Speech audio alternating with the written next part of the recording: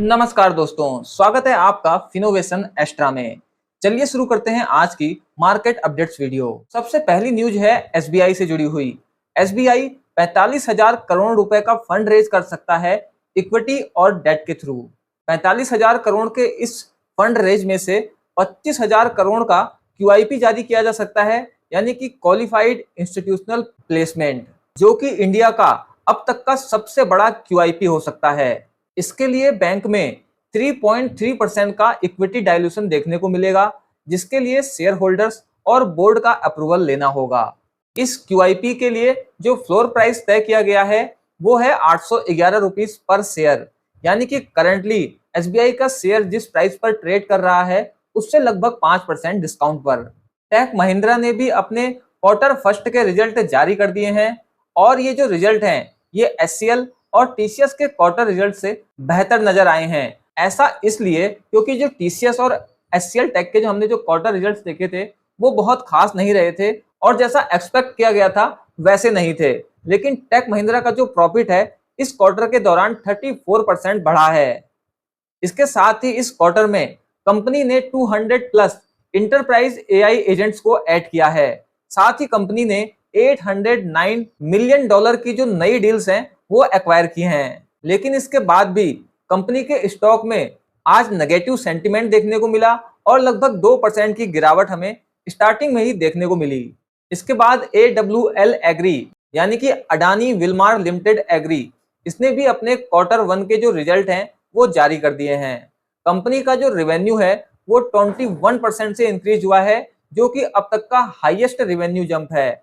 लेकिन इसके बाद भी कंपनी का जो प्रॉफिट आफ्टर टैक्स है वो ईयर ऑन ईयर बेसिस पर 24% डाउन हुआ है और 236 करोड़ रुपए रहा है।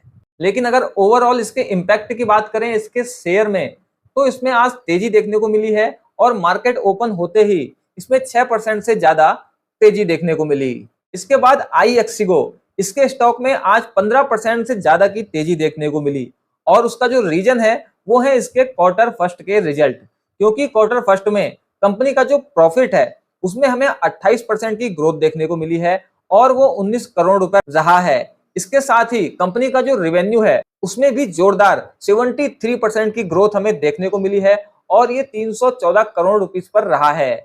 इसके ग्रोथ के रीजन की बात करें तो आईएक्सिगो का जो प्लेटफॉर्म है उसके थ्रू ट्रेन और बस की जो टिकट बुकिंग होती है उसमें हमें अच्छा इंप्रूवमेंट, अच्छी ग्रोथ देखने को मिली है। इसके साथ ही कंपनी का जो एआई एजेंट है तारा, उसके थ्रू अब कंपनी 60% से ज्यादा वॉइस कॉल हैंडल कर रही है, जिससे कि कंपनी का जो कॉस्ट कटिंग है वो भी हुई है। क्योंकि पहले देखिए कंपनी को स्टाफ में काफी ज्यादा खर्च करना पड़ता था कॉल्स के लिए, लेकिन अब जो इसका एआई एजेंट है वो इसको कंट्रोल कर रहा है और देखिए धीरे धीरे ये परसेंटेज और बढ़ता जाएगा और कंपनी की जो कॉस्ट कटिंग है वो और ज्यादा होगी, जिससे कंपनी के प्रॉफिट में और इंप्रूवमेंट देखने को मिल सकता है। इसके बाद देखिए स्मार्ट वर्क को वर्किंग स्पेस, इसका जो आईपीओ आया था इसके शेयर अब 435 रुपए पर लिस्ट हुए हैं एनएससी पर, यानी कि आईपीओ प्राइस से इसे अगर कंपेयर करें तो इसमें लगभग 7% का ग्रोथ देखने को मिला है। बीएससी में भी लगभग सेम प्राइस पर इसके शेयर लिस्ट हुए हैं। आईपीओ के रिस्पॉन्स की बात करें तो इसको 13.92 यानी कि लगभग 14 टाइम्स का सब्सक्रिप्शन मिला था। इसके अलावा आईपीओ के साइज की बात करें तो ये 582 करोड़ का था। वीडियो में आगे बढ़ने से पहले अगर आपने अभी तक वीडियो को लाइक नहीं किया है तो थोड़ा सा रुकिए और वीडियो को लाइक कर दीजिए। साथ ही अगर रेगुलर आप हमारा वीडियो वॉच करते हैं तो प्लीज चैनल को भी सब्सक्राइब कर लीजिएगा। साथ ही बेल आइकन को प्रेस करना मत भूलिएगा ताकि आप कोई भी इंपोर्टेंट अपडेट मिस ना करें। अगली खबर है वारी रिन्यूएबल टेक्नोलॉजी से जुड़ी।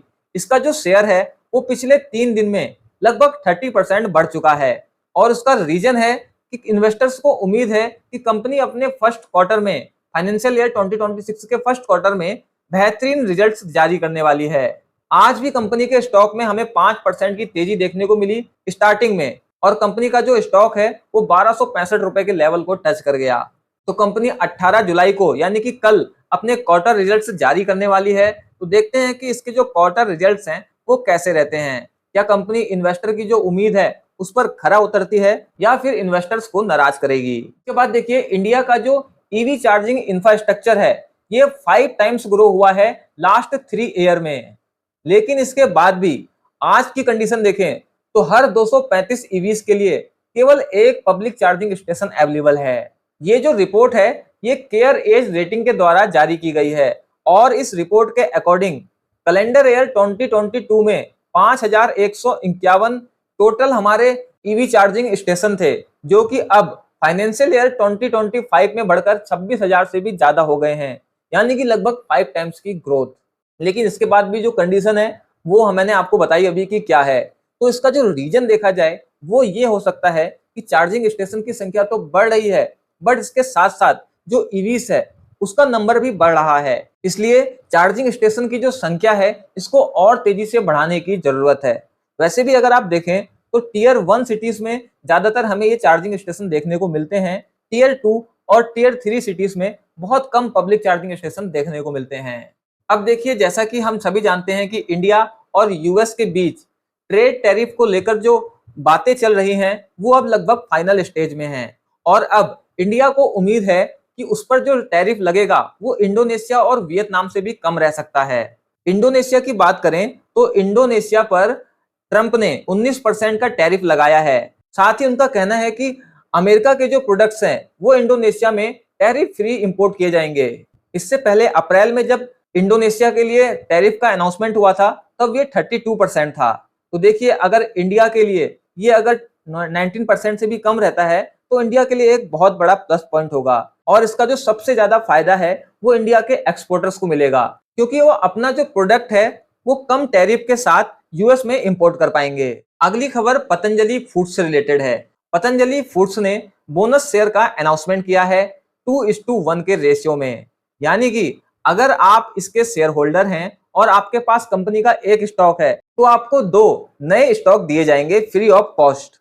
इसके लिए जो रिकॉर्ड डेट है उसका अनाउंसमेंट अभी नहीं हुआ है, इसका अनाउंसमेंट आगे जाकर किया जाएगा। इसके बाद अशोक लीलैंड के शेयर में भी हमें बोनस इशू देखने को मिला है और इसका जो रेशियो है वो 1:1 रेशियो है, यानी कि हर एक शेयर पर आपको एक नया शेयर मिलेगा अगर आप इसके शेयर होल्डर हैं। देखिए, ये अशोक लीलैंड का दूसरा बोनस इशू है। इससे पहले कंपनी ने साल 2011 में 1:1 के रेशियो में ही अपना बोनस शेयर इशू किया था। तो देखिए, ये जो वीडियो है ये टोटली इंफॉर्मेशन पर्पज पर बेस्ड है। अगर आप किसी भी तरह का इन्वेस्टमेंट करते हैं तो आपको अच्छे से खुद से रिसर्च कर लेनी चाहिए। आज की वीडियो में इतना ही। अगर आप ऐसे ही फाइनेंशियल अपडेट्स रेगुलर पाना चाहते हैं तो फिनोवेशन एक्स्ट्रा को सब्सक्राइब जरूर कर लीजिएगा। जल्द मिलते हैं एक और नई वीडियो के साथ।